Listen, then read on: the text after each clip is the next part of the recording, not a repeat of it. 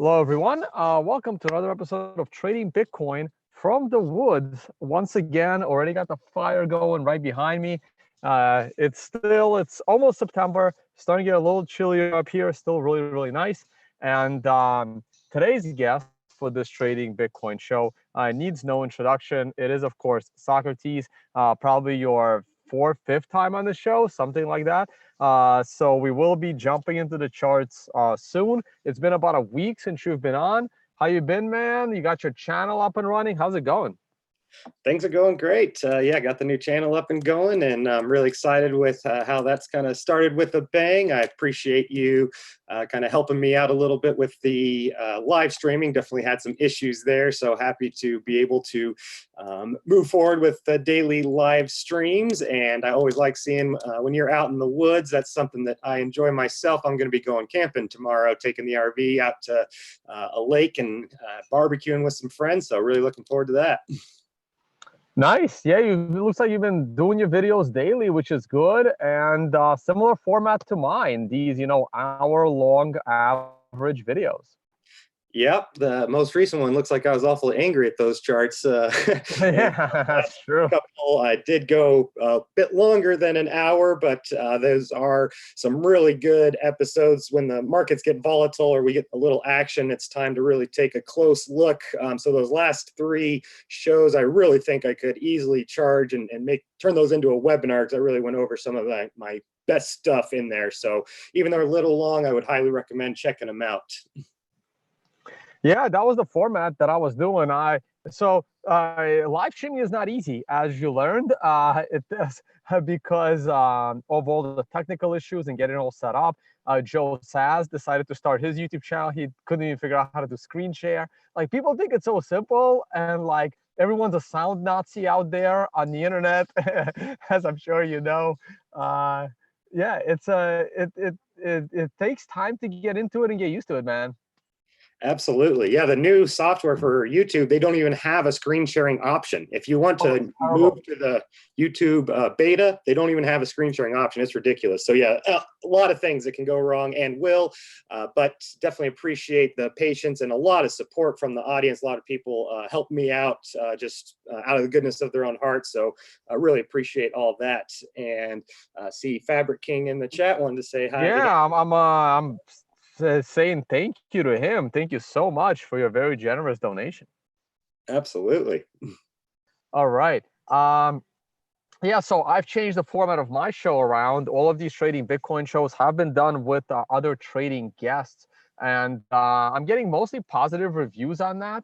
A few people are disappointed. They really were coming here for me, but I think this is a great format. I'm going to see. I'm already in touch with like new and other traders. It'll be hard to have repeating guests very often, but you are certainly one of the exceptions, and I'd like to keep this going at least once a week to get your take, because I don't always get a chance to watch your video. So this is going to be good.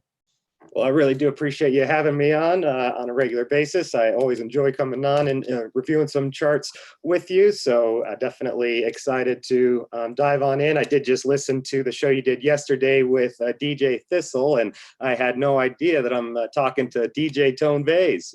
Yeah. Well, it wasn't Vase. It was just DJ Tone back then. Uh, Uh, Very yeah, nice.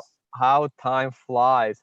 And yeah, I'm not sure if you kept an eye on his Twitter handle. He was doing TA in the crypto space before me. There's not many of those people out there, but yeah, I do want to reach out to the guys that were. I do recommend catching my interview, the one before that with Da Vinci. That was definitely unique and a little bit different than all others. The comments went completely buck wild on that. Some people hated it, some people loved it. So I certainly split the room, as people used to say. Okay, let's get into the charts. Here is the monthly outlook. The monthly outlook, this is me going back to the regular charts, not Heikin-Ashi charts, using the traditional candle styles. And I've been asking most of my guests about their views on Heikin-Ashi candles, and it's been very, very interesting. Some of the younger ones use them, some of the older ones don't, and I'm not really surprised about that either. Hold on, there's like a worm on my screen here. Okay, better. Um, So the monthly chart still has a positive posture. If I do flip over to Heikinashi, I'm actually curious what it would look like. Did that work? There it is. It's still in a bullish posture, but you know, this is a third lower swing high in a row. The month is going to end tomorrow, so that's interesting to me, and it certainly is forming this bullish flag on a monthly posture. I think that if I had to say, I'd say that the general environment of the crypto people, I mean, most people are generally bullish than bearish. And while some people still think we can fall to the low 8,000 range or lower, I'd still say there's more bullishness in the air than bearishness for going into year end. What about you? Yeah, I agree. It seems like the large majority of people have become very confident dip buyers, which is something that I view as bearish myself. Is on the whole way up, nobody was wanting to buy the dips. Everybody was looking to short. And now all of a sudden, everybody is interested in buying dips. And that's when I want to kind of take the other side. And as long as it seems like the majority of people are now confident dip buyers, that scares me. And I am absolutely calling for a return to 7,600 based on a head and shoulders pattern that recently confirmed. So we can get into that. Oh yeah, no, we definitely want to get into that because I haven't noticed I hadn't shoulders pattern, but I also wasn't looking for one, and I'm not sure what time frame you're referring to. Let's go to the weekly chart. Man, those stop and reverse points, um, it it's like a slug. I mean, it's not moving. Yep, we need to create a new extreme point before those will start to accelerate, which is just what I like. So essentially, if the trade starts moving in your favor, all right. So this is the extreme point, right? We need to go below $9,000 in order for the stop and reverse point to take a nosedive down. Yep, that's exactly right. So if the position moves in your Oh, favor, so right now it's just dropping at like 2% or 0.2%, something like that, right? Based on the formula. it will be dropping. Yeah, not the step is 0.2. So that would be, yes, essentially how much that would be dropping until a new extreme point is created. So that's just hanging there nice and tight, waiting for a move to happen, basically. Okay, got it.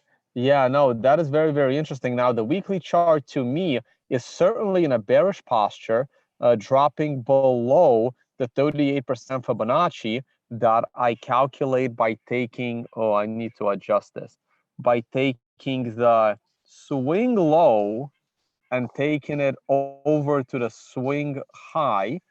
And we are just below the 38% Fibonacci. Now, today is already Saturday. We have about 24 plus like 8 hours. So we have about 36 hours until the current weekly candle closes.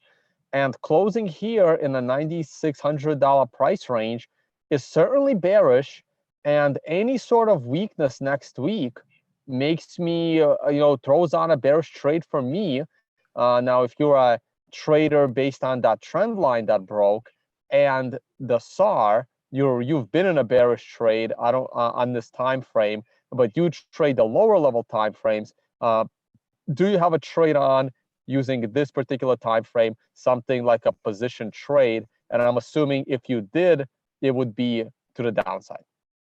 Yep, you're correct. I have been short for a while now. I think at least a couple weeks, looking at specifically the weekly chart and the 4-hour, also some confirmation from the daily. A lot of my favorite indicators are starting to line up. So we do see that the first one was that the parabolic SAR got broken and turned bearish. And then the second step was when that trend line got broken down. I was drawing it a little bit differently, but the point is there that basically on the same candle is where I viewed it as breaking down as you. And that's where I became very confident in going ahead and opening a position. Sometimes I open a position and I'm not confident at all. So I'll kind of scale down the sizing and just say, okay, I'm getting a signal, but not feeling that confident. So I'm just going to, kind of throw a smaller egg at the wall or whatever the case may be. In this situation, I was confident. So I did go ahead and, take a significant significant position, and we're seeing that the close below that trend line also look to me like it's coming off of a lower high. You do notice that green 1 that followed the red 3, it went up, formed a kind of a reversal candle, and it created a lower high below that peak at 13.8. So that was very, very important to me. Higher highs and higher lows is my #1 way to determine trend, and lower highs is my #1 way to determine reversals. One of my other best ways is trend line breakdowns. So pretty much everything was lining up there. Entered the short at 10,331. It moved against me pretty much immediately afterwards, but was able to hold on, and now it is moving in my favor. I have trimmed, I took 10% off the table when we got to 9,500, and I moved the stop to break even at that point. Okay, moving on to the daily chart. Let me expand this a little bit. Things seem to be a little sluggish here. Okay, so the daily chart broke down from the smaller triangle and found support at the bottom of the bigger triangle. That support is also in line with the 128-day simple moving average, which has been historically relevant for Bitcoin. Haven't really used it in anything other than Bitcoin daily. Now, we did break the setup trend line, but that doesn't really bother me much. We did it also back here because there are other levels of support. And I'm really 50-50 right now on whether we're going to break this descending triangle sooner or later. But I'm pretty confident that we are going to go sub 9,000 once this triangle breaks. It can break tonight. It could also break in mid-October, both very valid. Yeah, and I will wait until I can take over the screen share, because I have been viewing this a little bit different. I've been very much hesitating to label this a descending triangle, because for me, a symmetrical triangle is a better fit, but I could be swayed in that. I was looking closely yesterday, and the weekly really did look like a descending triangle to me, but I was looking at this as a symmetrical triangle over the last few weeks. Also, it really depends. We could be looking at different exchange rates and different exchanges, and the things could look a little differently. I'll hand off screen share in a few minutes, but that's pretty much what I'm looking at. When we dropped from 10.3 down to 9.3 in a matter of 2 days, I pretty much became short-term bullish after that, and this is where people are so confused. You can be short-term bullish and intermediate-term bearish. And if you're not a trader, you have no clue what that means. And I've explained it many times. And this is why there are so many idiots out there on the internet that think that I was bearish at $3,000. That is completely ridiculous, because I became a short-term bull at $4,000 before we even got to $3,000. And I stayed a short-term bull until I cashed out of my bullish trades in the $5,000 range. And at that point, I was a midterm bear. But the only trade I ever took on, it failed. It made me money. And I'm still skeptical of this run-up. But anyone that says that I was a bear at 3,000, that's just lying.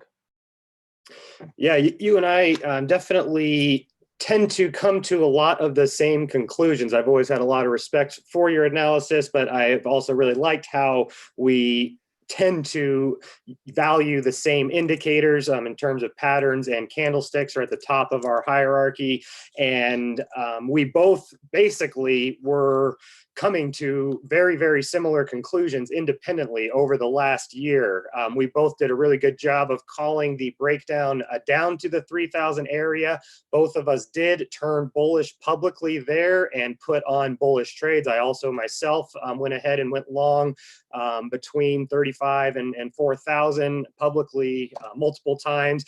And I also did not expect 6,000 to get broken. I was very confident that that wasn't going to happen. happen. So there's no way I was going to hold my position through there.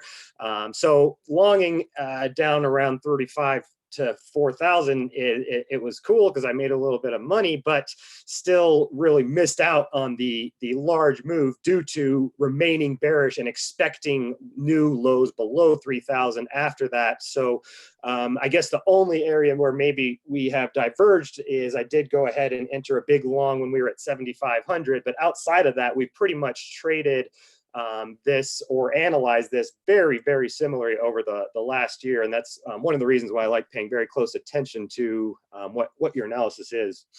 Yeah, no, that's exactly correct. When we started getting into that $5,000–6,000 range, I did not expect it to go any higher. And just like you, I was expecting lower lows. I was expecting sub $3,000 lows. Was I expecting sub $3,000 lows when we first went to 3,000? Yes, but not immediately. I did expect a big rebound, which is why I took the long trade. And I only take on 2 to 3 trades a year. So, and right now, I am looking to buy the dip. I just think that I'll have a nice opportunity to do it. And I have not taken on any trades since that area. I did not participate in the run up because I did not trust the run up. And right now, I am expecting more downside. And if I see an opportunity to make a trade, I will. I would like that trade to be to the upside, though I would say taking on a bearish trade right now would not be a bad idea.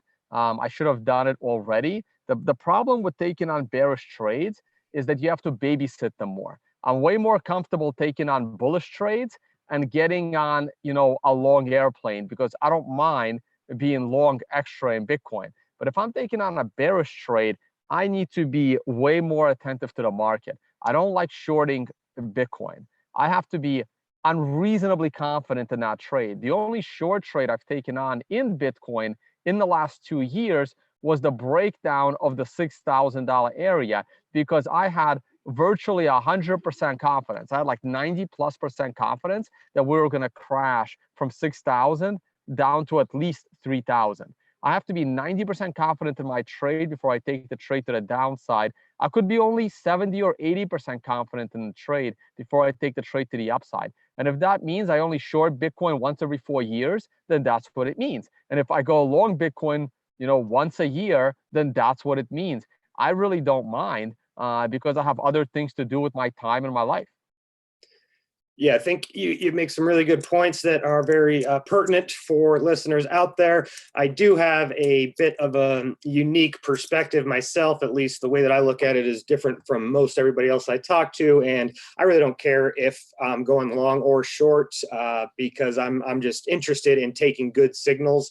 And what matters to me most is risk reward. So if I am entering short, I don't feel like I need to babysit it more than a long because I'm just going to put in a stop loss when I enter that short. So if I'm, asleep or away from the computer, I know exactly what my risk is. My stop loss is a stop market order always. It will never get blown through. So if that gets triggered, maybe there will be some slippage, but I know for sure that my risk is quantified. And that's all that matters to me. If I've got a setup that is showing me about a 4-to-1 risk reward ratio or better, then I'm taking it. And it's just irrelevant to me if it's to the long side or the downside. When I'm trading, I view it as speculating on a market to move. And to me, I really don't care if the move is up or down. It's just I'm betting on a market to move. And all things being the same in terms of risk reward, I almost prefer the short side because markets move faster to the downside. And when you're trading, time is your most valuable asset in anything in life. Time is your most valuable asset. So if you've got a 4-to-1 risk reward that takes a month versus one that takes a week, I would prefer the one that takes a week. Right, and this is where you and I differ because I'm trading on a different time scale. And for me, the fact that Bitcoin moves down faster is a little bit dangerous because if I do take on that trade and then I end up on without an internet connection because I'm on an airplane, I'd rather be stuck in a bad long trade than a bad short trade. Like when I took that long trade at 4,000, I exited with a part of that trade like the same week. But the other half of the trade, I missed my exit because I wasn't watching the market. And I got stuck in that trade for like 3 more months. And I was okay with that because it was to the upside. If it was to the downside, I have to take the loss. Yep. And get out. And a big part of that comes down to having a hard stop loss on the books. A lot of people don't like leaving hard stops on the books in crypto. And from what I remember in your short trade when you were around 6,000, I don't think you had a hard stop. You were just kind of managing it. And if it moved against you, you were going to reanalyze and potentially get out. And that's a great way to trade if you know exactly what you're doing and you're not emotional, which of course Tone isn't. So that's a big key. Is if when I'm entering a position, I'm always putting a stop loss right away. And that's where I really like the weekly parabolic SAR, in that it allows me to enter hard stop losses that I am not afraid of getting chopped out. If that thing gets taken out, then I really want to be out of my position. So I am taking on a large amount of risk often when I'm having to wait for that. And sometimes I will front run the stop loss. But definitely, if you're not having hard stops on the books, then I would not feel comfortable at all with that sort of approach myself. And that's just different strokes for different folks. Right, and that is actually interesting because I did have a hard stop loss on that short trade out of the triangle, but I did not have a stop loss on the long trade at 4,000, because on the long trade at 4,000, instead of having a stop loss, I set up that trade to double down if we fell down to 2,800, and then double down again if we fell down to 2,000. Like, I was ready to add to my position because there's only so far that Bitcoin can go down. So on that trade, because that was going to be a longer term trade, I didn't need to set a stop loss because I was setting that up to, like, I will just keep loading up and buying the dips at that point. Now, I expected it to go lower. When I short the market, I certainly set my stop losses. But when I go long Bitcoin, timing a bottom, I have no reason to set that stop loss because I'm willing for it to go to zero, which I don't think that it will. Yeah, I completely agree with you there. Now that will not work. Now that strategy only works when Bitcoin is literally bottoming out of the bear market. That strategy is not going to work if you're trying to buy Bitcoin at 8,000. Because from 8,000, it's got a lot of room to the downside. So if you're looking to buy if I'm looking to buy the dip at 8,000, I am certainly setting that stop loss because I still have not ruled out sub $3,000 prices. Everyone keeps asking me, have I called the bottom yet? And the answer is no, because I think sub $3,000 prices are still possible. I never trusted this rally, and I still don't. Yeah, you bring up a lot of good points, and definitely when buying Bitcoin after it's corrected like 80% plus in a bear market, that is just such the risk reward there is just so massively in favor to the upside that I completely agree that you can just basically keep buying the further it moves against you, and with the understanding that if this thing goes to zero, I'm going to lose a whole bunch of money. But the odds of this, creating new all-time highs over the next couple of years is so great that I'm just willing to make a massive bet here. So I completely agree on that perspective. And then the sub 3,000 prices, that's something that I definitely will entertain. Maybe I'll give it 10%, 15% likelihood. I am confident that the bottom is in, and as long as we're above 6,000, I am really feeling confident about that.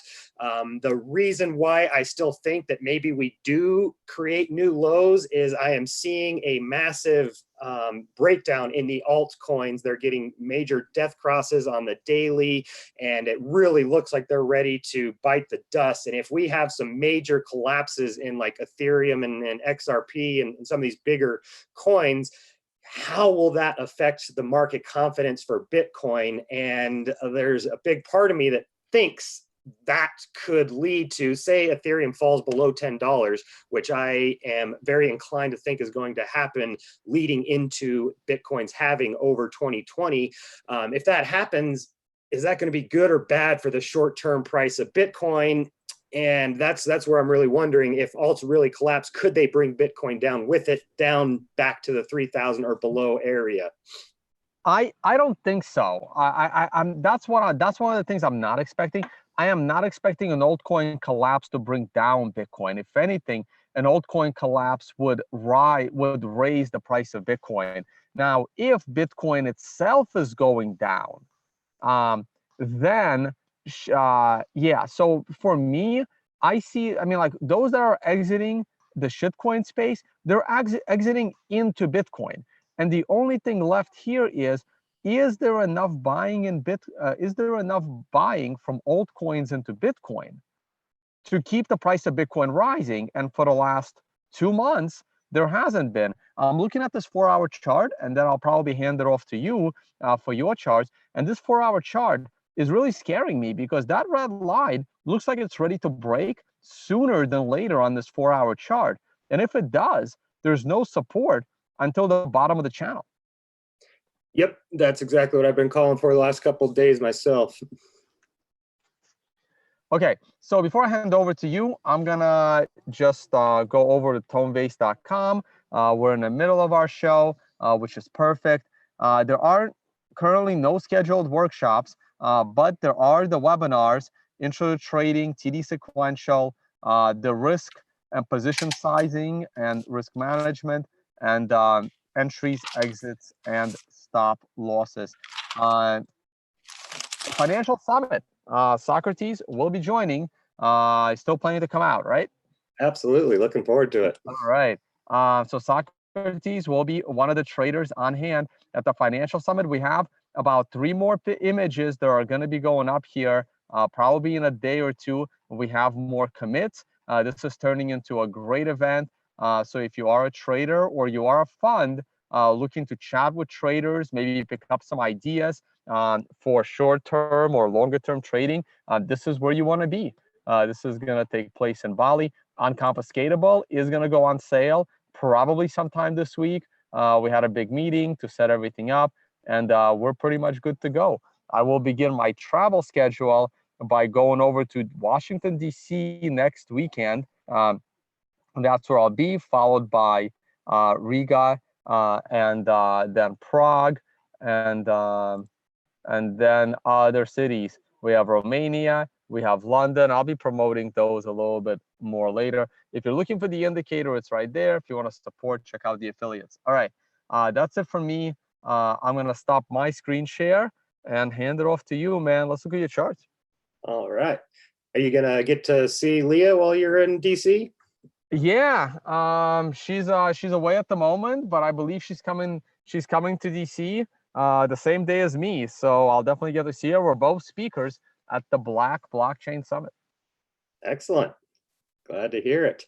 Okay, so gonna start by showing the symmetrical triangle that I've been drawing. And I am open definitely to the descending triangle option, but this did seem to work out pretty well. So I just kind of sticking with it. We look at, is this on the daily? I'm going to go ahead and pull up my favorite 4-hour because it's very clean on that.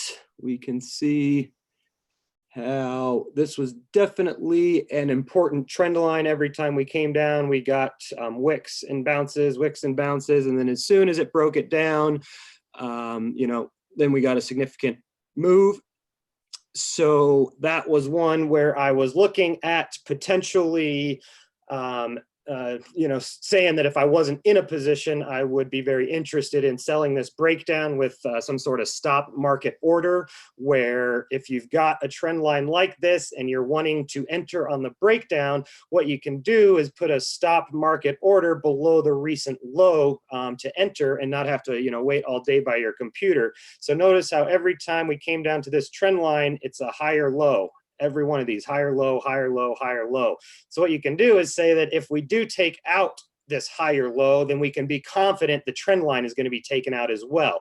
Maybe you're aggressive and say that this higher low, if that gets taken out, we can enter. So looking at entering a stop market order, you know, to sell right around here made a lot of sense to me. I was already positioned, so I didn't have to do that. But this is a great example of where a risk reward that is very, very favorable. I would have put for this order a stop loss above this area, about above 10,500, like so. And that would give us a risk of about 6.67%, give or take. And the profit target from this symmetrical triangle is big. I didn't use that. I instead am looking at a more conservative target from potential head and shoulders. If we do head up here, shoulder over here, and shoulder over here. It's not ideal because it has a bullish tilt to it. I don't like head and shoulders with the bullish tilt because that's higher lows, and it's not ideal. But when I was looking at the target from the symmetrical triangle, I did not like that, and I much preferred viewing this as a head and shoulders. We noticed that the horizontal is perfect, where the shoulders are both under 10,960. This shoulder leaves a little bit to be desired. I mean, it's not the most ideal setup, but I definitely thought that there's more than enough here on the 4-hour, the 12-hour, even the daily. And then this is a bit of an abbreviated shoulder, which is a little bit better than an extended right shoulder. The shorter, the less time this shoulder develops, and the less it is able to get back up to this resistance. That's what makes it abbreviated, and that's what makes it a little bit more bearish. So we can go ahead and measure this target just using something like that. And I go like that. Okay, and then confirmation came right in here. So that brings us down to 72. I decided that I preferred 76. I was probably going something like this, using the closes and not just kind of discounting this wick right here. And if there's two options, I'm always going the most conservative. So right here, there we go, 76. And then I verify, I just look to see if there's any horizontals that line up, and that provides me with confirmation. So that gives us a potential profit of about 24%, 23, 24%. So that's right there at that 4-to-1 ratio that I was talking about. I really don't like taking trades that are less than 4-to-1 risk reward. Tone talks about not wanting to take a short that's less than 90% confidence. In his mind, for me, it's that risk reward. If I've got 4-to-1 risk reward and it's reasonable, I'm being conservative. I'm not, really going with a very aggressive target to make it really look like my risk reward is better than it is. As long as I'm being reasonable and conservative and coming to a 4-to-1 risk reward or better, then that is absolutely something that I am interested in taking on. And this is a great example. One last thing that I will show before turning it back over is that potentially what Tone was looking at here, this area of support, and why I think it's going to break down personally is I am viewing this as a bear flag. So we're gonna do that and that. Actually, there's one last thing after this that I'm going to show before shutting my mouth. And the reason why I'm liking this, I drew that backwards. The reason I'm liking this flag is that it has failed to retrace above the 0.618 mark, and that is exactly what I want to see out of my flags. Generally, a bounce from support, tight range of consolidation that fails to get above the 0.618 mark. And while we're at it, I just keep. Oh, wait, why does that look backwards to me? Well, I am starting from the bottom here and using this to extend down and putting the 0.618. No, but that's symmetric. That should be 38% there. Okay, I guess I just always kind of think about that differently, and I'm definitely no expert at fibs. I just throw it on to verify that 0.618 is absolutely important to me, and that's why I there it draw is. it There. the other way is that if this keeping this below 0.618, that doesn't matter at all to me. Like this is Right. I'm with you on that. Right. So this is kind of just the inverse. Yes. And I like drawing it the other way to have this extension below, because I like to know where the 1.618 is. If I'm expecting it to break down, I do like to have that below. So maybe I do it incorrectly. Okay, no, I see what you're doing there. Okay, I got it. Yeah, okay, no, I got it. Yeah. All right, great. So that's what I'm looking at. As long as we're below 96.88, this is looking like a great flag to me. One other thing that I was going to cover is how I like to use volume to identify areas of support and resistance. We notice that we have a big volume spike right here. I'll see if I can make that a little bit more, let's just a little darker. Okay. So when I see a volume spike, I like to use that close to identify an area of support or resistance. So we notice right here on this sell-off, this came on significant volume.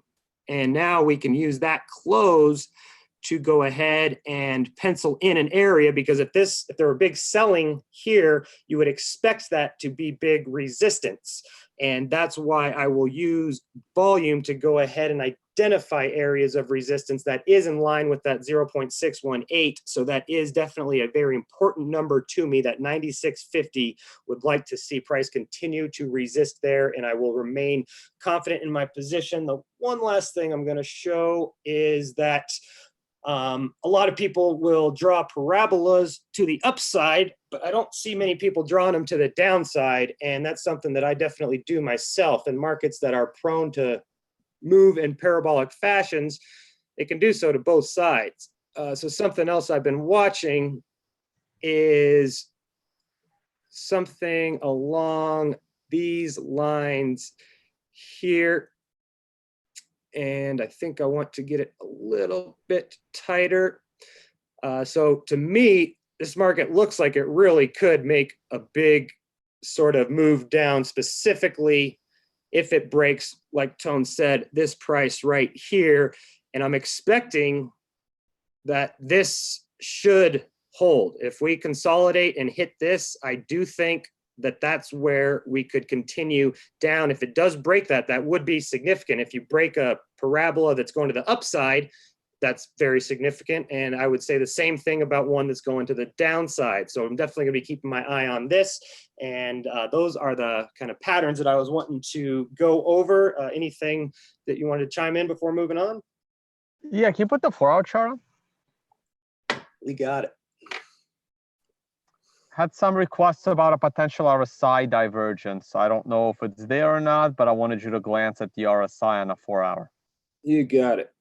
They're probably, yeah, that would be interesting. So we've got potential. Yeah, I could see higher low there. Lower high here. This to me, lower low here. To me, this doesn't bother me much at all. The RSI is all the way back up to 40. It's reset a lot in here. I don't know. This isn't something that worries me. What do you think? I mean, it's something to keep in mind, but but remember, see, if I go back to my charts, I am expecting a bounce back to 10,000 and above here, right? I'm not expecting the breakdown now. It can happen now, but I'm not expecting the breakdown now. I'm expecting, I think your target of 7,000 is in the near future, like we're talking a week or two away. For me, I'm still anticipating a lower swing high that can go up as high as 11K. So I'm not expecting a breakdown now. I'm expecting, um, enough bullishness to potentially take us as high as 11,000. And I'm expecting the breakdown to come early October. And therefore, I would pay a little more attention to that. And it is something to keep in mind, but it's a 4-hour chart. The 4-hour chart in general is not that useful. Yep, absolutely. And you are right. I am expecting this move, in the next couple of weeks, basically. And here's a chart that I wanted to share that I've gotten from, it's at Carpe Noctem on Twitter, Josh Olschwitz. I believe you pronounce his last name. Yeah, I should bring him on my channel one of these days. Yeah, I respect him a lot. I think he's a great analyst, and this is one of my favorite charts in crypto, as a matter of fact, is he has identified that significant moves follow CME futures expiring. And that just happened at the end of this month, if I am understanding correctly. Let's see if we can find an expiration. August. Okay, so let me see what this means here. So what are the purple? So those are the CME contracts for different expirations, right? Yep. So all right, okay, because the September contract usually gets created like 6 months in advance. Right. And then you have the different lengths. Like this would be, I think, a 6-month, April to September. Yes. And October, The June and December, they're the ones that get created furthest out. The September and March, second furthest out, and everything else is just monthly. It's two months. Okay, I got it. Yep, I see it. Amazing how volatility tends to follow. We notice that, so you get expiration, boom, move. Expiration. Oh, wait, no. That is that expiration or is that the beginning? You're correct. I misspoke there. That's the open of that contract. Right. So contract opens, and you get a big move. Contract opens. Big move. This contract closes, move. So each of these yellow circles indicates a close or an open or both. And each time that we've gotten one of these, and then even the bigger ones, here's right at the top, and then this comes down here, and then from here to here. So each time we've gotten one of these, it has led to significant volatility. Somebody let me know yesterday that CME futures are expiring at the end of August. I don't see that on this chart. This is, from a while ago we see. So that is something that I definitely do need to verify. But futures expiring leads to significant moves in very short order. Yeah, no, it would expire because all you have to do is get that you see the May 29 to August 31st. Nope, the other one on the left side. So It's the same thing. You just got to stick it to the right of the May one. Yep, that's just what I was thinking. So good catch there. So definitely do have that occurring. This should be you should just text Josh. I'm sure he'll send you the. I'm sure it's active and live on TradingView, so you can just pull it up. Okay. Also, this is not that difficult to make.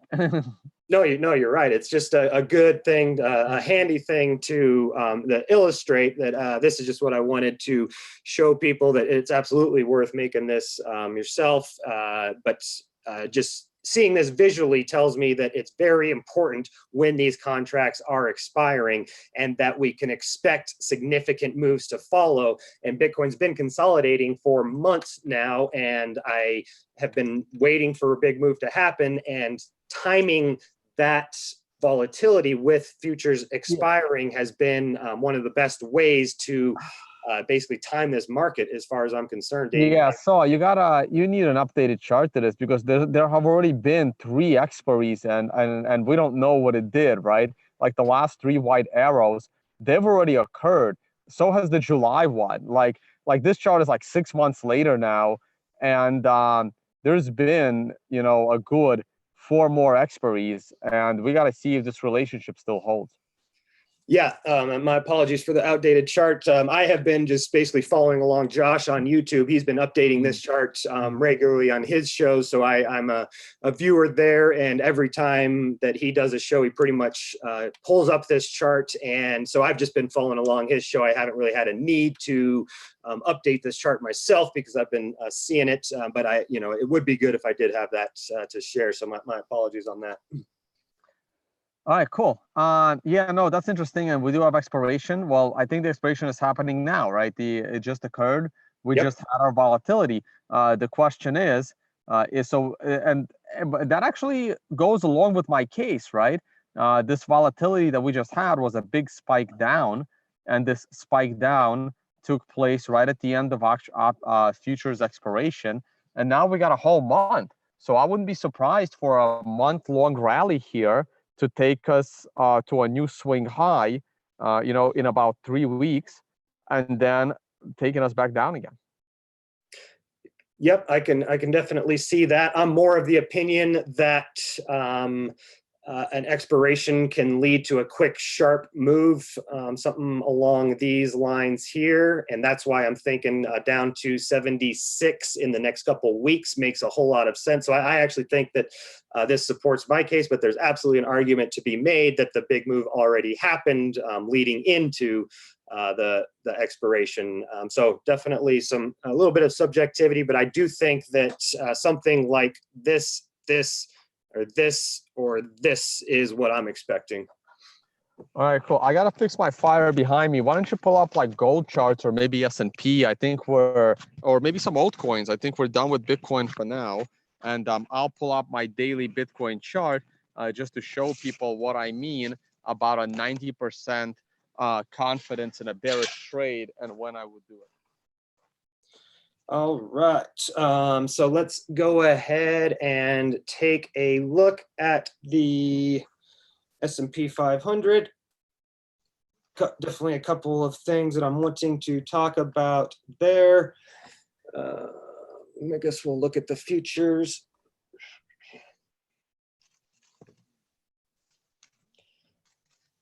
So have recently, wow, didn't realize that close. Holy cow, that is bullish. Interesting. So just recently made a tweet about this being a potential Wyckoff distribution pattern, and I am very interested in continuing to follow that. So let's see if I can get that pulled back up here really quickly. I'm going to go ahead and Google the Wyckoff distribution. Hopefully it doesn't take too much time. Tell us where we are in the Wyckoff distribution. Okay, I think that we could be following the UTAD test is what I am potentially viewing. So keep this in mind, or what would be best is if I have both of them open at the same time, because there are a significant amount of similarities. Okay, so we're looking at this chart, and for Wyckoffs, it can be nice just to use line charts because that's what that will be. Okay, so we see preliminary supply is the first thing that jumps out at us as PSY right here. And then after that, you get the automatic reaction. Following the automatic reaction, we have the buying climax follows the automatic reaction. So we're here. So we have preliminary supply, buying climax, automatic reaction. Okay. And then we get the ST, where this is where it diverges. After the ST, we do not come back down here. And I do apologize that I am looking at a different schematic than I originally drew up. So this is a little bit different than how I was viewing it, but it's still very, very close. So we can go ahead and look at the upthrust is what this potentially could be, either considering that this is the secondary test that did not return to support, or I do not have a problem saying that just kind of removing that secondary test and calling this the up thrust, and then this the UTAD, which would basically lead, we would now watch for the last point of supply. And I am just gonna pull up the tweet real quick because it's a lot more clear there. So 1 second. And that's fine. Just for the record, I am so not a fan of this method.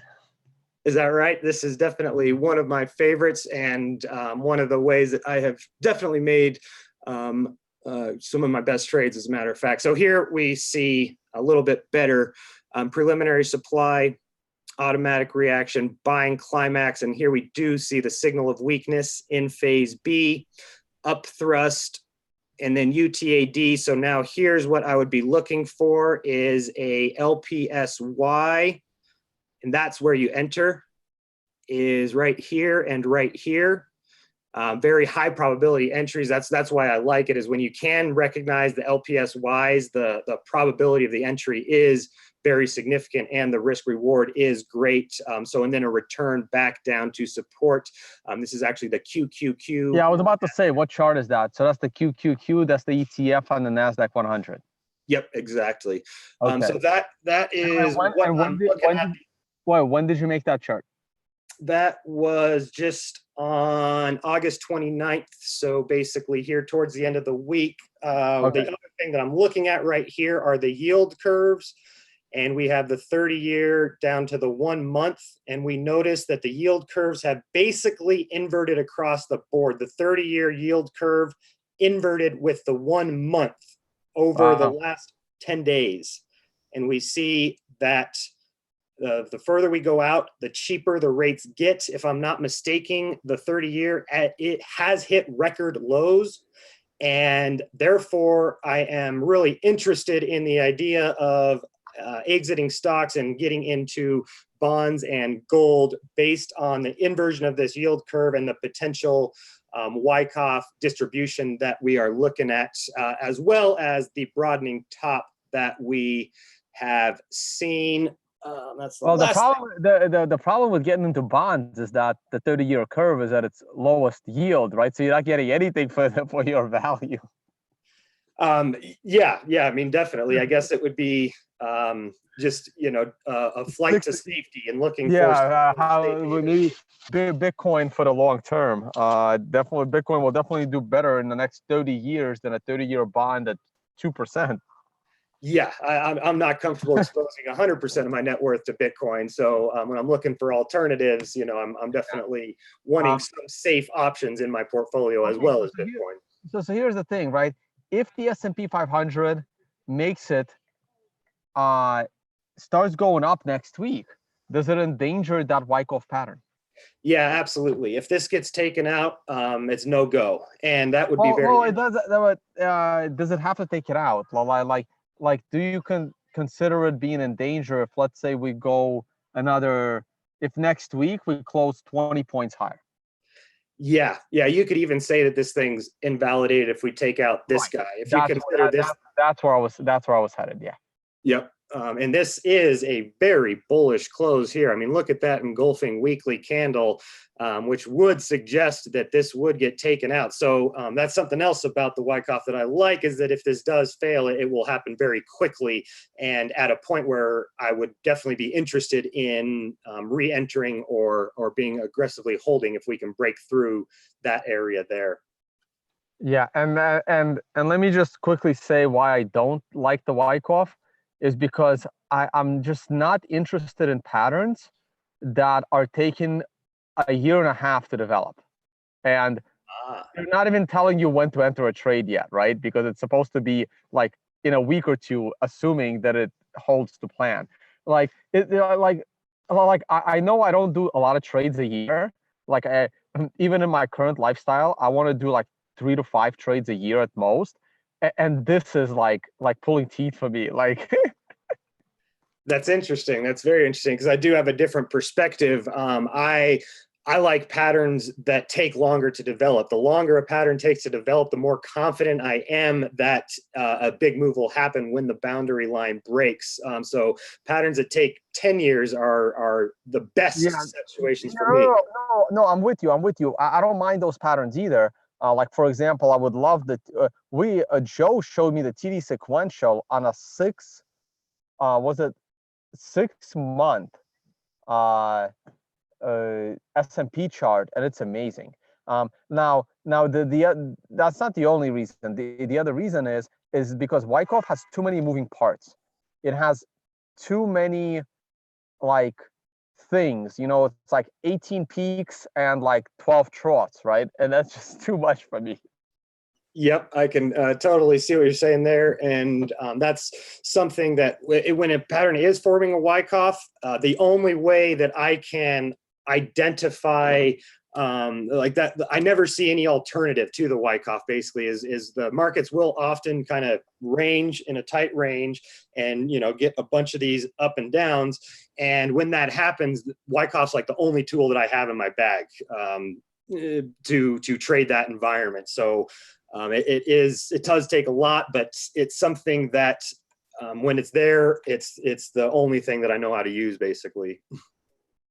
Yeah, if you're curious, you probably, I don't know if you saw that show with Joe Saz, and that was like the moment he showed me that chart, the first thing I was thinking of, if only we had pulled it up at any point while Tyler was still alive. If you want to put on SPX, I'm sure you can do it with the futures as well, but SPX is probably ideal. Okay. I will real quick. Just one thing I did want to just mention is the Wyckoff, how it can really, how effective it can be, and just to go through how many different variables and patterns there are, because there are distribution and redistribution and all that sort of stuff. So I did just want to pull back up the price of Bitcoin to show the Wyckoff patterns that I had called publicly over the last couple of years. And this one right here did fit into a redistribution pattern that I was able to label on TradingView. And then down here, I was able to identify that as a Wyckoff accumulation. And then on the tighter, smaller time frames, I was able to identify this as reaccumulation and go ahead, and I actually got entered, basically right before it took off, almost exclusively based on the Wyckoff. So I will see Wyckoffs happen again and again and again in Bitcoin, and it's something that can be very, very powerful in my opinion. So did you want the futures or? No, SPX is probably better, just the SPX. And that's the CFD. Can you pull up the, is there an, try SPX again? Try the index. Go down. And you wanted 6 month, is that what you said? Yeah, why is, oh yeah, it is gap. Okay, this is the weekly, right? Yeah, 6 month. Hey, it looks like you've used this before. Definitely have done some long-term analysis. I don't think I did it on this chart, because if I did, I might have changed it around a little bit. I looked a lot at the monthly, not really the 6 months. So we're looking at. Oh, okay. Maybe it's just using the same lines.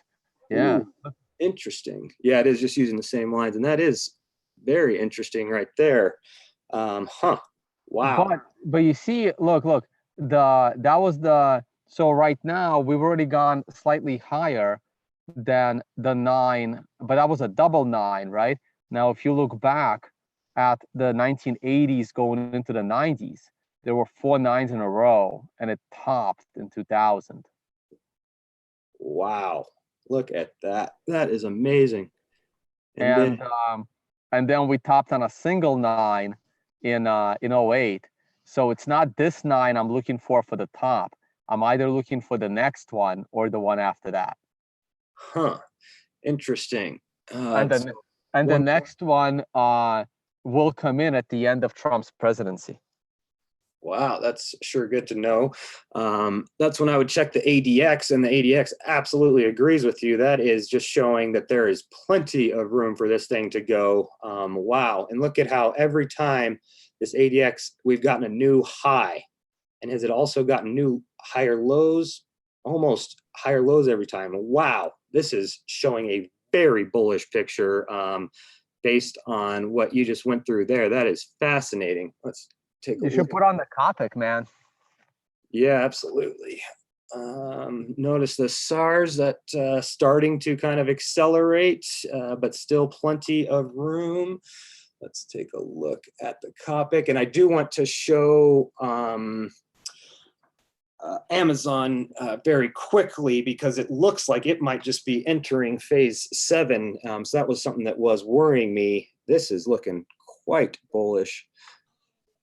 Copic has rolled over. Yeah, but it also rolled over in those mid 80s. Nope. Yep. There. It created a higher low. While the price was still rising.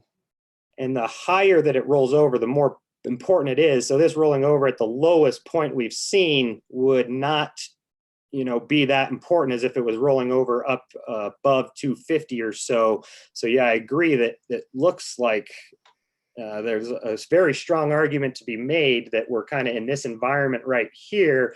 And especially based on how I'm viewing this as a long-term hyperwave that is potentially ready to take off into phase 4, having some action like this that's kind of correlated with Trump's presidency, that there's a very strong argument to be made that this is kind of where we're at right in here.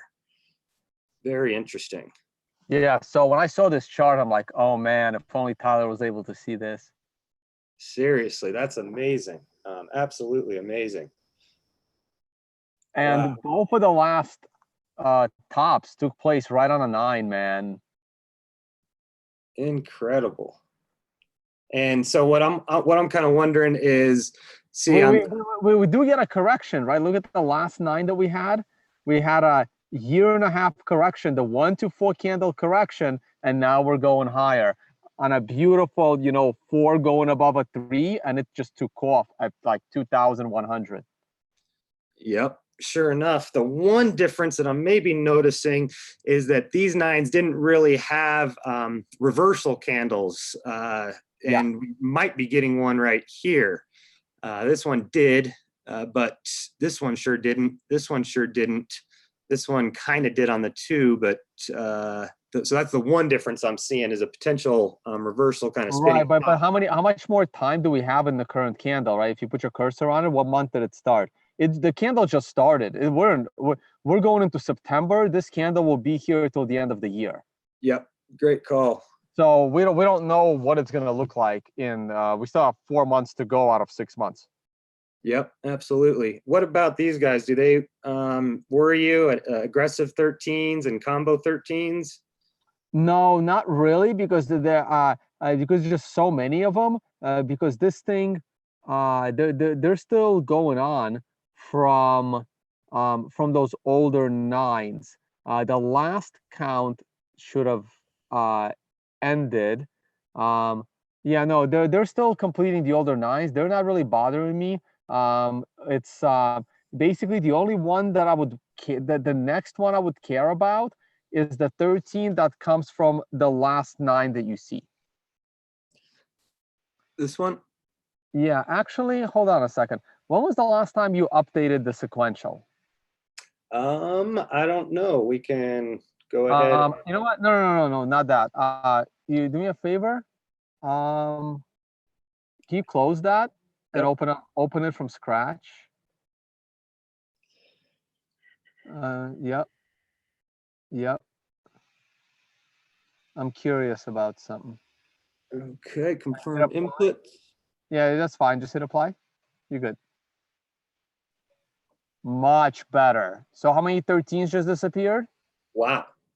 Yeah. That's good to know. And now we're only on a Yeah, I thought I noticed that. Yeah, we released an update. I announced it. But it was a little while ago. It doesn't hurt you, right? Like, it doesn't hurt. But basically, when we broke that setup trend line, some of those 13s would have canceled, is what I'm saying. Okay. not there. If you go back in 2007, 2008 area, 2008, when that setup trend line broke, all of the like a lot of that stuff canceled. Like the countdowns from that 9 canceled. Okay. Okay. Now it doesn't hurt you because it only affects the countdown, and I find the setup more important. So now it's a lot more interesting because now you only have one countdown phase. Okay. I like it. And now you're only on a 7. The combo already came in. So I will care about the sequential 13 that's coming up. Okay.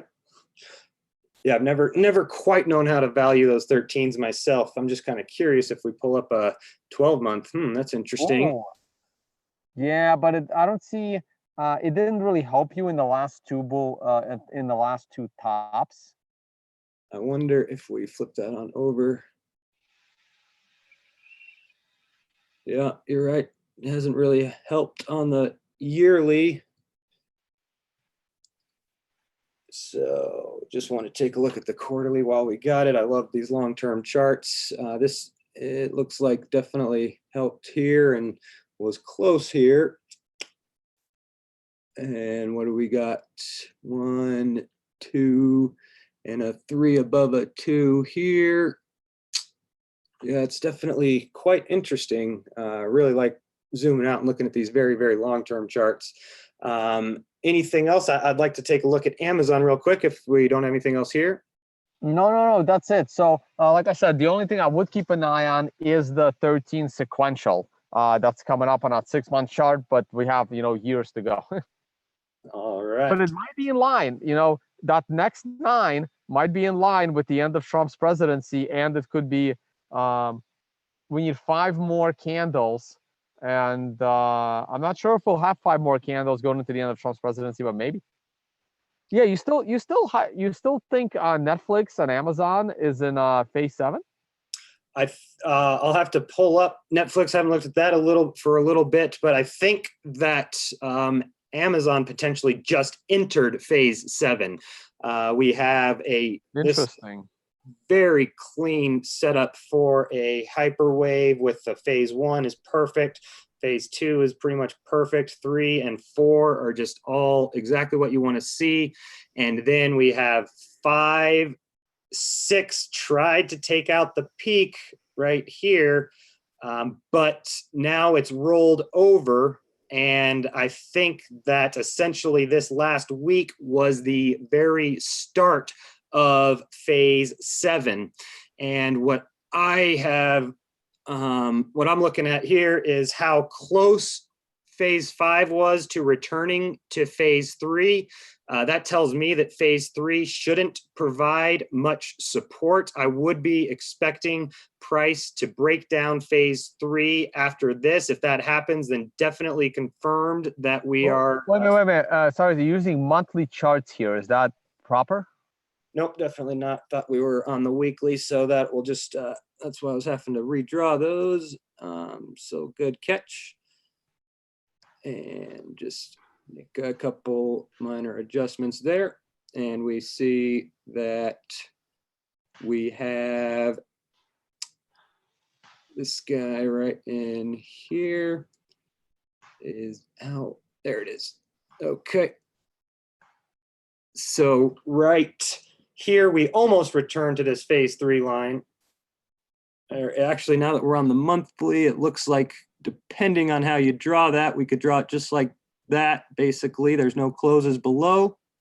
There's wicks and opens, but no closes.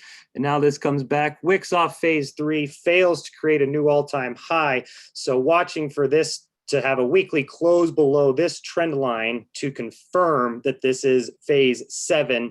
And if that happens, a target would be a return to phase 2. which would be right all the way down here and probably the $600 territory by the time it got all the way down here, maybe 550 or so. And then if it closed below that, the target would be a return to phase 1. So this is very much looking like a hyperwave that just entered phase 7 to me, which is very important because it's a market leading stock. Any thoughts on that? I don't know.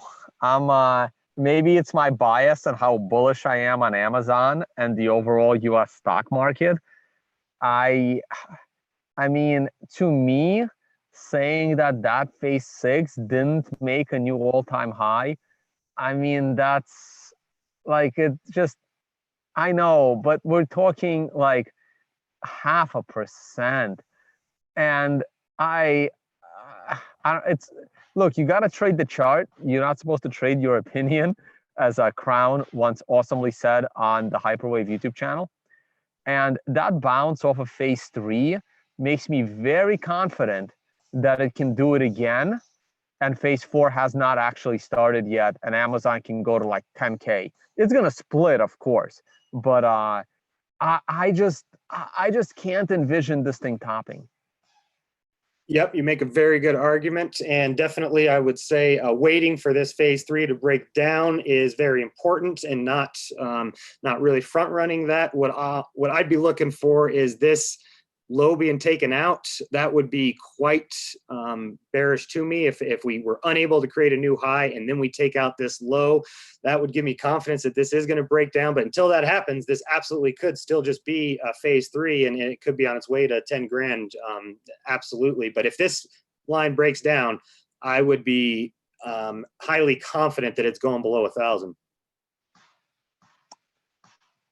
Yeah, no. If that line breaks down, then potentially, I just find it very hard to believe that it would. Yeah, so that will be, so we can, like you said, trade the keep an eye on that. I mean, Netflix is way more likely to complete its hyperwave than. Let's see. So, yep, I have been looking at this. Because that phase 3 is about to break down. Interesting. Yeah, good call. You can raise that. You can swing through the wicks. You can, the green line. You can definitely raise that all the way to the bottom of the red candle's close. You can even go higher to the red candle's close. Right there, there. Boom. Yeah, I like it. Just like that. And now it looks like definite, resistance here. Lower high, I guess I would say that this is 5 and 6 probably, but you could say 5, 6 here. And then if this breaks down phase 3, absolutely would be looking for a return to phase 2, which I would be. Which is a nice trade. Yeah, absolutely. That would be, almost a 50% move, or maybe even more, depending on how long it took to get down to this area. Absolutely would be a nice trade. So yeah, that's looking to me like a hyperwave that is in phase 7, and one that is looking like it's very close to providing a sell signal. Weekly close below, I'll say 290 would be a sell signal. Now, the interesting thing is that if we bounce here, which again, like if you ask me right now, am I expecting this to bounce to new all-time high or break through that line? I'm going to say I'm expecting it to bounce. Like I would be checking sequential on this. And if I can time a bullish trade on Netflix, I potentially would take the chance with a very tight stop loss, because I know, well, that's the weekly sequential. Yeah. So we got 2 more weeks. So if we start to slowly reverse, we can get a 9 in 2 weeks, because as of Monday, that's an 8. No matter how you slice it. And we can certainly get a 9 unless we rally big time next week. And on a daily scale, I'm just curious what sequential looks like, so yep. If you want to find out the daily. By the way, you can actually type 1D and it will switch your chart, like on your laptop. You don't have to. Oh, interesting. Yeah, it's a really neat little thing that they have added in trading. And if you zoom in on the current situation in sequential, it looks like we just had a sequential 13 buy near the low. So sometime next week, a green 2 above a green 1 with some strength above 300 can get me into a bullish trade, and my stop loss is so simple. It's going to be 288. Yep. And maybe even higher than that. I mean, if I'm getting into this Amazon trade at around 302, my stop loss could be like 298, because then I go below that green line. Yep, absolutely. This looks like a chart that is a good opportunity either way. If somebody decided they wanted to go long this chart, that makes a lot of sense to me. And if somebody decided they're going to wait and go short on a breakdown, both directions make a lot of sense. And I like. And you can actually do both. Like, I would take a stab at the long if I have a proper entry, and my stop loss becomes my short entry. I would like flip it to a short if my long fails. Absolutely. I like that a lot. Let's take a quick look at this Copic. Yeah, that's very, very interesting.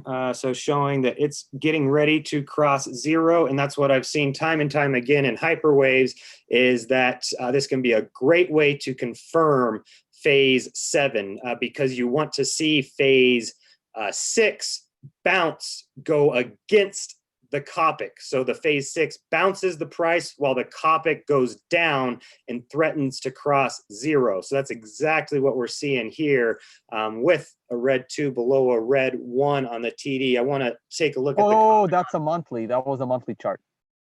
Right. On a monthly. Yep. Just making sure. Okay. And just real quickly, the Amazon Copic was something I wanted to pull up. We do see a similar picture there. It's not as close to zero, but we got this phase 6 bounce as the Copic rolled over and has moved sharply down. So this is providing me confirmation that this is phase 6, but still it could still roll up above zero.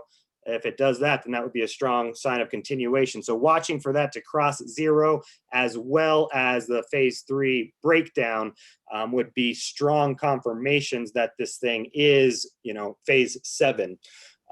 So there's also an interesting spread trades you can make, because so clear. I mean, these two are so similar to each other, as they've been for the last 10 years, and seeing how much higher Amazon is above its phase 3 and how Netflix is on phase 3. I'm not sure what the best spread trade is, but if you want to be direction neutral here, there is a chance, short Amazon, long Netflix, because if Netflix breaks down, then Amazon will probably go to that line, and very, very quickly, or the other way around. So I'm not sure what the best spread trade here is, but it's totally doable to do a spread between the two. In fact, I'm curious what the spread between the two looks like if you want to do Amazon divided by Netflix or something. Yeah, that's a great point. Absolutely how I like to think about things, specifically with Bitcoin and alts, is if there's an opportunity there, like Tone just lined out. That hasn't pumped in a while here, but look at that. Look how that might have been timed. It's kind of gotten flat, but all throughout the early days, that's interesting. That is very interesting. So what does this mean? If this thing pumps, right, this is Amazon divided by Netflix. That means Amazon takes off and Netflix doesn't. And yeah, because Amazon has been scaling much better. So that's interesting. There may be another pump in Amazon versus Netflix. Yeah, this looks like the spread trade may be long Amazon. Right. And actually, if Netflix does go into a hyperwave and Amazon doesn't, this thing will pump one more time, because then Netflix would crash against the price of Amazon. Yep. Yeah, so it seems like the spread may be to long Amazon and short Netflix, because this looks very bullish to me, and this looks like a bottom. It looks like moving averages had had a chance to come together and maybe get some crosses. Look at the Copic crossing zero right here. Last time that happened, at least led to a little bit of a pump, but it could lead to massive moves here. So this, to me, looks like a very, very interesting spread opportunity with, a conservative target would be right around here, and you could even, you know, definitely target a little higher than that. That's some great opportunity right there, I would say. Yeah, so that's pretty interesting right there. Okay, guys. Anything else? Anything else you want to show? Real quickly, take a look at gold and then call it a day, because gold is showing signs of a local top to me. So we'll just take a quick look at that. We did get this reversal candle, which is telling me that it's time to take some profit and look for a correction. The ADX is agreeing. It hasn't been this high since back in 2013. So if the ADX gets over 50, that is a strong sign of an exhausted trend. So we've got signs of an exhausted trend on ADX and the shooting star candle. The last barrier would be the SARs. The SARs are still very bullish, not showing an exhausted trend. As long as they're not too close to the price, it shows a trend that is strong. So what I'm looking at is taking partial profit up here and then using these weekly SARs to trail my stop loss moving forward. All right. Very, very cool. Yeah, that is certainly a topping candle right there on a weekly scale. Yep, and let's just throw on the TD because I think we might be on like an 8 or something. Yeah, we still have a while to go. We're on a 5 of a double 9, but it's kind of good. I mean, it's easy to get to that 9 because all we have to do is break the close of the 5 candle. I mean, that's the kind of candle I would love to short gold here if this was a 9 or a 13, but it's not. So it doesn't give me a high probability trade, and I will find another asset that does. Yep, I definitely do not think that this is a shorting opportunity, but I do think it's a great opportunity to take partial profit for anybody that was entering down in here, which is what I was suggesting over the last month or two. So definitely keeping an eye on this. And outside of that horizontal, if we can get a little bit of a correction and break through that, it should be on to a retest all-time highs, potentially in the next 6 months or so is what I would be looking at. So that's everything that I got. Should we call this? At the same time, however, if on Monday stock market goes up and gold starts to fall hard, that is a short trade because that's still a reversal candle. I may not go as big on that trade as I would if it had a 9 sequential, but it's definitely more shortable next week with weakness than it is to go long. Yep, and that is definitely different strokes for different folks. I have a rule. I never bet against the moving averages on the 4-hour chart, the 50 and 200. As long as they're in a bullish posture, that is a trend that I do not want to bet against, and I want to instead look to buy dips back to retesting the 200 EMA. So that would be my focus, is just taking partial profit and looking to re-enter on test of the 200 EMA. If that does get a bearish cross, like we recently saw in Bitcoin, then that would be time to go ahead and enter short for me. All right, I'm gonna pull up a few charts real quick before we sign off. I know we've been going on almost an hour and a half. I like to certainly keep these to an hour and a half. I threw one more log on the fire there. Gonna fire up the barbecue is good. I'm gonna use the wood here to smoke some meat later. So it's gonna be great. Getting more and more into smoking meat. It's awesome. Okay, let's get. Oh yeah, that was back to my schedule. One more time since I'm on my website, guys. The Bali event is going to be happening. I'll always be promoting some event, right? Because Unconfiscatable is going on sale next week. We're almost ready to go with that one. And check out all of these pictures. You're gonna love the new pictures, man. I already saw them. We just added the YouTube channels. There'll be a lot more pictures here. People have committed to coming to this event, so it's going to be great. So new pictures are coming. Check out people's descriptions. Check out this week-long retreat in Bali. All right. I mentioned earlier how if I'm going to short Bitcoin, and I still might. I mean, I could always. Why am I not seeing any charts? What's going on? Here we go. And I just don't want to babysit trades. But if I see an amazing opportunity, I will. And I don't know what's going on.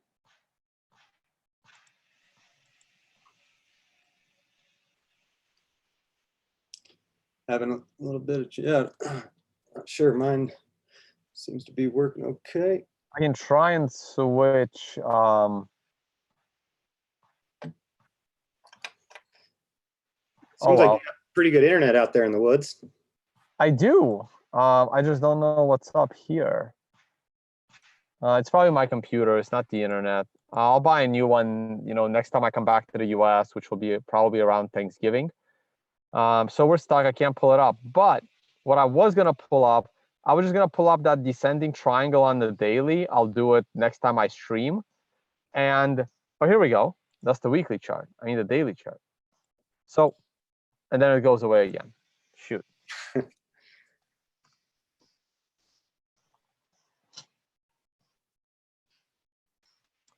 All right, I guess we ain't gonna happen. So we're gonna end screen share, and we're just gonna call it a day. But oh, something's happening. I was gonna pull up some stocks too. No, we're done. All right, I might have chewed up all the memory in my computer. There we go.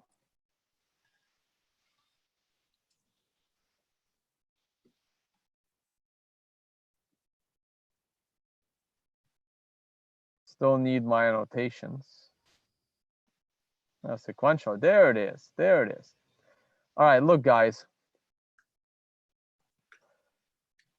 If we break down next week below 9,500, if I see the price of Bitcoin going below 9,500 next week, I don't want to flip to the weekly chart, but if I did, you will see that if we go below 9,500 next week, we will have a weekly red 2 below a red 1.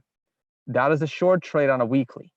If we break down this triangle right here, also on a red 2 going below a red 1, breaking the moving average at the same time, the 128, breaking 9,500 on a red 2 below a red 1 or a red 3 below a red 2, that is also a high probability short trade.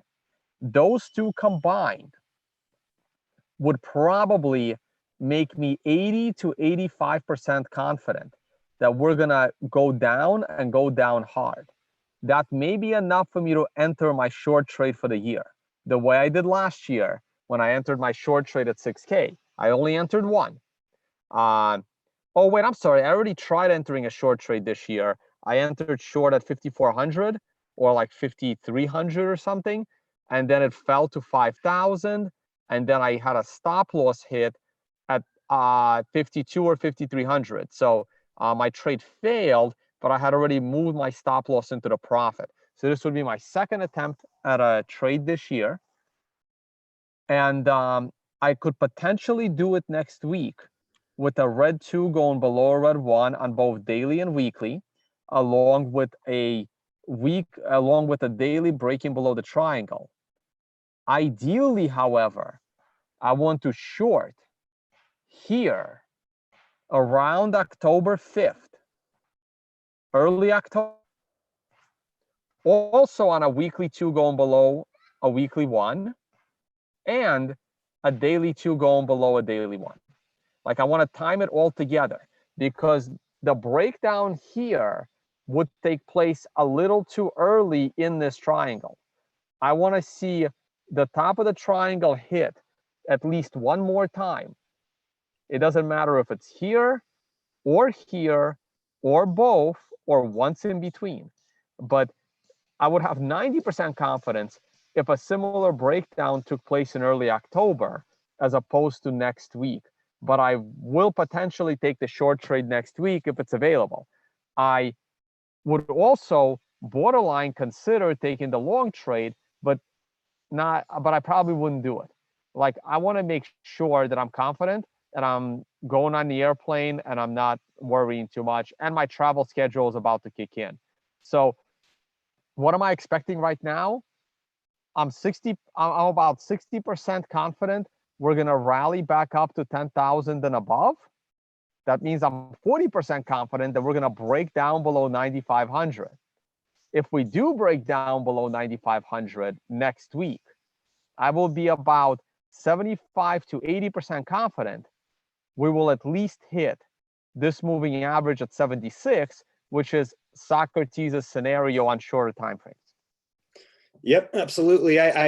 For me, it would be a big problem if we got back above 10,000. I really want to see if we do bounce from here.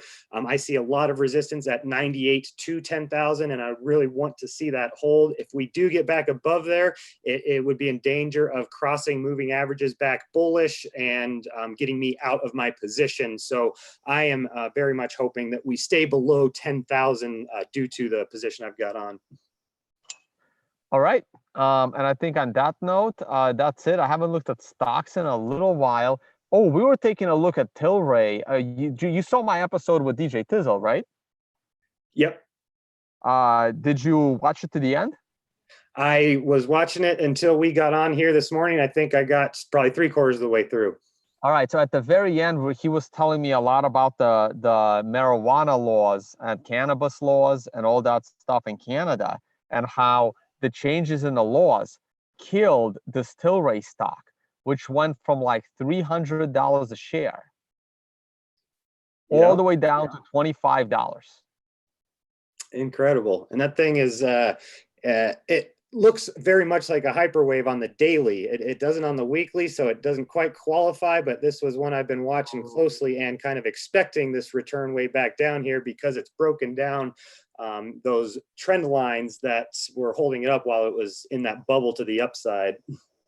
And I will be watching this very carefully at its next daily 9 and at its next weekly 9, because the marijuana laws have been somewhat changing and out there. And it should be favorable to this stock now that it's back down to its IPO price. Very interesting. Yeah, the only other stock I want to pull up is the other day, MOS, Mosaic, came up in our notification section on a 99. And I said, hey, this is, potentially a nice, falling knife by the dip situation, just because I trust sequential. And I do want to keep an eye on that trade. If you properly took this trade on the 9 itself, which is a reasonable trade to take, because the candle on a 9 was itself a reversal candle. Normally, I would never buy this candle, but only because it's a 9, I actually would. And I would now be in a break-even stop. And I'm curious, is this going to be a 9? Is the 1 to 4 candle correction over and we're entering the countdown phase? Or can we reverse this thing for some more upside? So it's hard for me to keep up with all of them. I remember when Budweiser, I was even joking with you about what beer you drink. I mean, when Budweiser hit its 9, I thought this was a nice selling opportunity. And it's kind of slowed down. You definitely want to take profit from this trade and put your capital to use elsewhere. But some of these stocks I've been adding, actually, I have no idea why this stock is here. Oh, this is from our options course. And what is this? Is this one of the 9s? No. So this could have also, Spotify. This could have also been from the options course. That's it. I'm not going to go through all of them. This show's ran long enough. All right, guys. That's it. We're going to end screen share here. And we're going to say goodbye. My newest log is starting to catch fire. Time to fire up the barbecue in a few. And enjoy the rest of my relaxing time. Absolutely. I sure appreciate you having me on, and I will plan on catching up with you later. You got softball games coming up? What are you doing this weekend? Softball season's over. I'm going to just be going out to a lake and doing some swimming and barbecuing, maybe a little bit of paddle boarding, taking my RV out and camping for Labor Day tomorrow afternoon. Nice. Today's actually college football day, so and I already screwed this one up. So I need to go see if Florida State will make me will make me stop watching them the rest of the year if they lose the opener. Sounds great. All right. Thanks again. We'll plan on catching up with you later. Have a great weekend. Later, Saw.